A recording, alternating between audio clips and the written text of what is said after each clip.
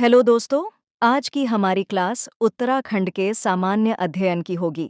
आज हम विभिन्न परीक्षाओं में आए हुए प्रश्नों को देखेंगे विद एक्स्ट्रा फैक्ट्स। तो क्लास को पूरा देखें। चलिए आज की क्लास शुरू करते हैं। पहला प्रश्न है, निम्नलिखित में से उत्तराखंड राज्य का जिला नहीं है।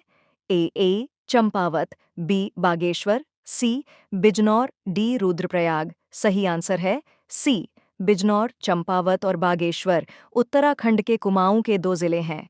रुद्रप्रयाग गढ़वाल का एक जिला है, जबकि बिजनौर उत्तर प्रदेश का एक जिला है। अगला प्रश्न है, उत्तराखंड राज्य के सर्वाधिक व सबसे कम क्षेत्रफल वाले जिले कौन से हैं? ए चमोली व रुद्रप्रयाग, बी चमोली व चंपावत, सी उत्तरकाशी व रुद्रप्रयाग, डी उत्तरकाशी व चंपावत। सही आंसर है बी चमोली व चंपावत। उत्तराखंड का सबसे बड़ा जिला चमोली है। इसका क्षेत्रफल 8030 वर्ग किलोमीटर है और यदि हम कुल जनसंख्या से तुलना करें तो उत्तराखंड का सबसे बड़ा जिला हरिद्वार है, जिसका कुल क्षेत्रफल 2360 वर्ग किलोमीटर है। सबसे छोटा जिला चंपावत है, जिसका क्षेत्रफल 1766 वर्ग किलोमीटर है। अगला प्रश्न है, निम्न में से उत्तराखंड के किस क्षेत्र को कुमाऊं का बारदोली के नाम से जाना जाता है? ए भावर क्षेत्र, बी सल्ट क्षेत्र, सी किच्छा क्षेत्र, डी गढ़वाल क्षेत्र। सही आंसर है बी सल्ट क्षेत्र। इसे कुमाऊं की बारदोली के नाम से भी जाना जाता है। इसे महात्मा गांधी ने 1929 में अल्मोड़ा का दौरा किया था। ये खुमार में स्थित एक गांव है जिसमें शहीद स्मारक है। सालम सत्याग्रह कुमाऊं के बारदोली के रूप में जाना जाता है। गांधी जी के आह्वान पर उन्होंने सालम सत्याग्रह शुरू किया। इसका नेतृत्व राम सिंह धोनी ने किया था। इस विद्रोह के संघर्ष के कारण गांधी जी ने इसे कुमाऊं का बारदोली नाम दिया। पुलिस की बर्बरता के कारण इस संघर्ष में लोगों को अपनी जान गंवानी पड़ी। गंगाराम और खीमाराम, जो कि दो सगे भाई थे, उनकी मौके पर मृत्यु हो गई। 4 दिन बाद गोली लगने से घायल चूड़ामणि और बहादुर सिंह की भी मृत्यु हुई। प्रत्येक वर्ष 5 सितंबर को खुमाड़ सल्ट में शहीदों की स्मृति में मेला लगता है। 4. प्रसिद्ध ऐतिहासिक स्थल गोविशाण कहाँ पर स्थित है? हरिद्वार में, बी काशीपुर में, सी रुद्रप्रयाग में, डी श्रीनगर में। सही आंसर है काशीपुर में। वैदिक काल में काशीपुर नगर का नाम उज्जैनी था तथा यहाँ से बहने वाली ढेला नदी का नाम स्वर्णभद्रा था। हर्षकाल में इसे गोविशाण कहा जाने लगा। गोविशाण शब्द दो शब्दों गो गाय और विषाण सींग से बना है और इसका अर्थ गाय की सींग है। प्राचीन समय में गोविशाण को तत्कालीन समय की राजधानी व समृद्ध नगर कहा गया है। वर्तमान काशीपुर नगर की स्थापना काशीनाथ अधिकारी ने की थी, जो राजा देवीचंद के अंतर्गत तराई क्षेत्र के अधिकारी थे। उनके नाम पर ही इसे काशीपुर कहा जाने लगा। अगला प्रश्न है, टिहरी रियासत का भारत में विलय कब हुआ था? आ 1815 में, बी 1947 में, सी 1949 में, डी 1942 में। सही आंसर है सी 1949 में। टिहरी राज्य का 1 अगस्त 1949 को भारतीय संघ में विलय हो गया। 1942 में भारत छोड़ो आंदोलन के दौरान टिहरी क्षेत्र के लोगों ने देश की स्वतंत्रता में सक्रिय रूप से भाग लिया। अतः जब 1947 में भारत को स्वतंत्र घोषित किया गया तो टिहरी रियासत के निवासियों ने महाराजा के चंगुल से अलग होने के लिए अपना आंदोलन शुरू किया। नतीजन पवार वंश के 60वें राजा मानवेंद्र शाह ने भारत सरकार की संप्रभुता को स्वीकार कर लिया। इस प्रकार 1949 में टिहरी रियासत को भारत के उत्तर प्रदेश में मिला दिया गया और उसे एक नए जिले का दर्जा दिया गया। अगला प्रश्न है, कुमाऊं और गढ़वाल पर गोरखाओं का शासनकाल बहुत ही अन्याय एवं अत्याचारपूर्ण था। इस अत्याचारी शासन को यहाँ की भाषा में क्या कहा जाता है? ए भोरख्याली, बी गोरख्याली, सी मोरख्याली, डी जोरख्याली। सही आंसर है बी गोरख्याली। अगला प्रश्न है, निम्न में से कौन मसूरी कांड का शहीद नहीं है? ए धनपत सिंह, बी बेलमती चौहान, सी यशोधर बैंजवाल, डी हंसा धनाई। सही आंसर है सी यशोधर बैंजवाल। मसूरी गोलीकांड की घटना 2 सितंबर 1994 देहरादून जिले के मसूरी में हुई थी। खटीमा गोलीकांड के ही प्रतिफल में मसूरी गोलीकांड हुआ।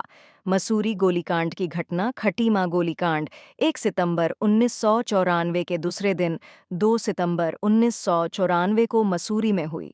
इस घटना में भी पुलिस ने खटीमा गोलीकांड की तरह अपनी बर्बरता का परिचय दिया।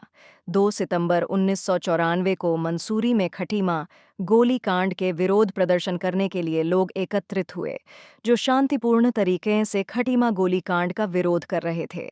प्रशासन से बातचीत करने गई 2 सगी बहनों को पुलिस ने गोली मार दी। इस क्रूर घटना का विरोध करने पर पुलिस द्वारा अंधाधुंध फायरिंग कर दी गई, जिसमें कई लोगों को गोली लगी और इसमें से 3 आंदोलनकारियों की अस्पताल में मृत्यु हो गई। लेकिन जनता ने भी इसका विरोध प्रदर्शन जारी रखा और जनता भी हिंसक हो गई। इस जनसैलाब को रोकने के लिए पुलिस को पीएसी बुलानी पड़ी, लेकिन जनता ने पुलिस ऑफ पीएसी पर भी हमला कर दिया, जिसमें कई पुलिसकर्मी घायल भी हुए और पुलिस उपाधीक्षक उमाकांत त्रिपाठी की मौत हो गई। मसूरी गोलीकांड में शहीद हुए आंदोलनकारी थे बेलमती चौहान, हंसा धनई, बलबीर सिंह, धनपत सिंह, मदन मोहन ममगई, राय सिंह बंगारी। इन 2 घटनाओं ने देश के सम्मुख उत्तराखंड को पृथक राज्य बनाने की मुहिम में आग में घी डालने का काम किया। अगला प्रश्न, उत्तराखंड के किस जिले के दर्रों से तिब्बत नेपाल के बीच व्यापार होता है? ए उत्तरकाशी, बी पिथौरागढ़, सी जोशीमठ से, डी उपरोक्त में से कोई नहीं। सही आंसर है बी पिथौरागढ़। लिपुलेख भारत और तिब्बत के बीच की सीमा पर एक हिमालयी दर्रा है। यह दर्रा चीन के साथ व्यापार के लिए एक महत्वपूर्ण सीमा पास है। दर्रे का दक्षिणी भाग भारत द्वारा नियंत्रित है, लेकिन नेपाल द्वारा दावा किया जाता है। अन्य दर्रे मैना दर्रा, यह ग्रेटर हिमालय में स्थित है और तिब्बत को उत्तराखंड से जोड़ता है। नीति दर्रा, यह उत्तराखंड में स्थित है और तिब्बत से जुड़ता है। अगला प्रश्न, निम्नलिखित में से कौन सी पर्वत श्रेणी सबसे ऊंची है? ए दूनागिरी, बी नंदा देवी, सी कामेत, डी त्रिशूल। सही आंसर है बी नंदा देवी। नंदा देवी उत्तराखंड का सबसे ऊंचा पर्वत है। नंदा देवी भारत की दूसरी सबसे ऊंची पर्वत चोटी है। नंदा देवी मुख्य शिखर 7,817 मीटर ऊंचा है, जो चमोली जिले में स्थित है, और नंदा देवी पूर्वी पिथौरागढ़ चमोली में 7,434 मीटर ऊंचा है। नंदा देवी का शिखर एक राष्ट्रीय उद्यान है, जिसे उत्तर पश्चिम में नंदा देवी राष्ट्रीय उद्यान और फूलों की घाटी राष्ट्रीय उद्यान के रूप में जाना जाता है। अगला प्रश्न, उत्तराखंड राज्य में मुख्य केंद्रीय भ्रंश रेखा कहाँ पर स्थित है? ए वृहत हिमालय के उत्तर में, बी मध्य एवं वाहरा हिमालय के मध्य में, सी वृहत एवं मध्य हिमालय के बीच में, डी उपरोक्त में से कोई नहीं।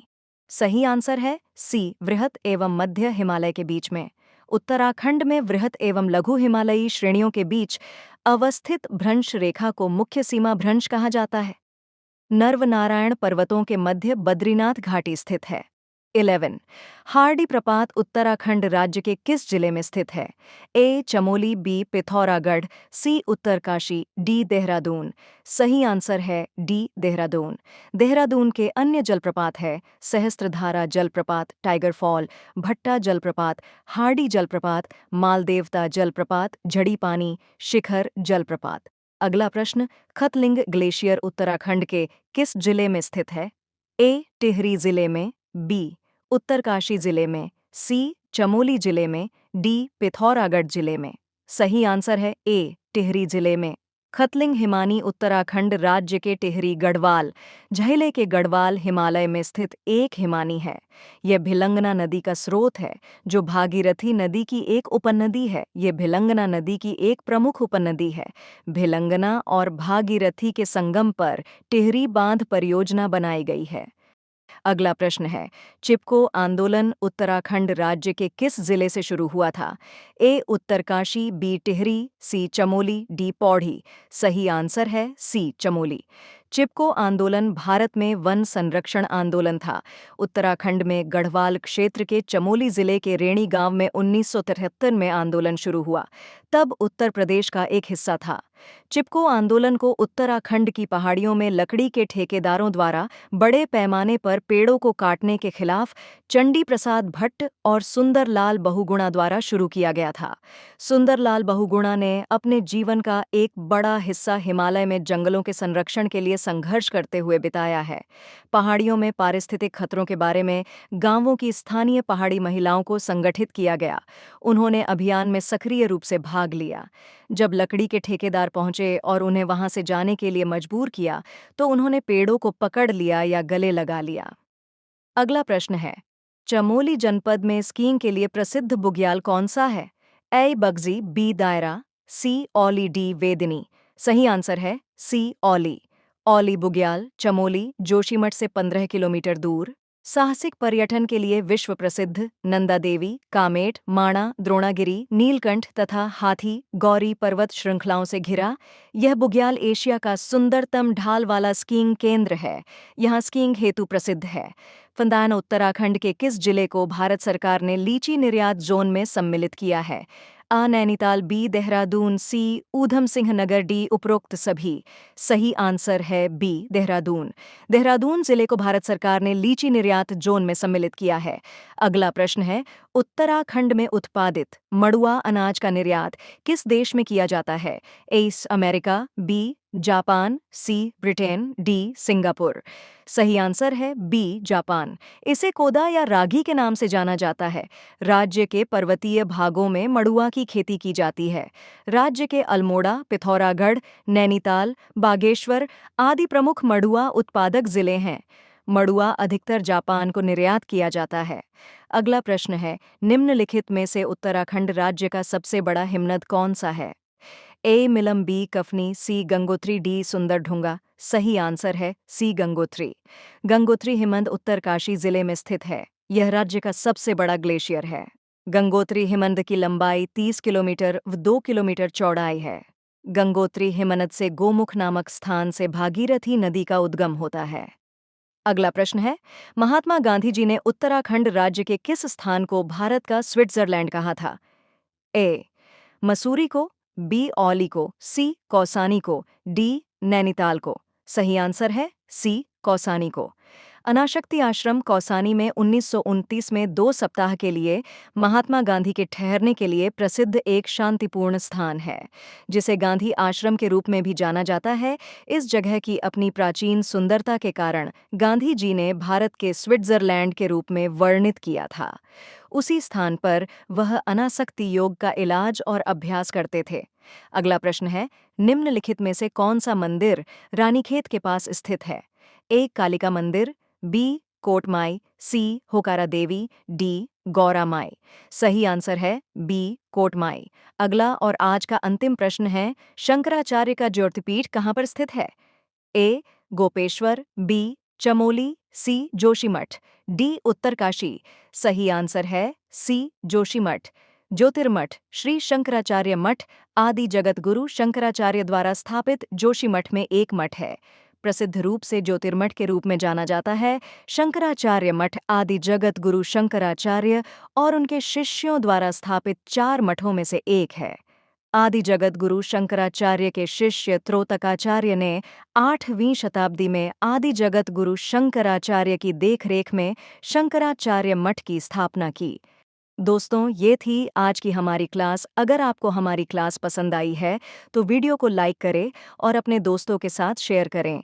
यदि आप हमारे YouTube चैनल पर नए हैं तो हमारे YouTube चैनल उत्तराखंड ज्ञानपीठ को सब्सक्राइब करके बेल आइकॉन ज़रूर प्रेस करें ताकि हमारे नए वीडियोस का नोटिफिकेशन आप तक पहुंच जाए। फिर मिलते हैं एक नई क्लास के साथ। Thank you.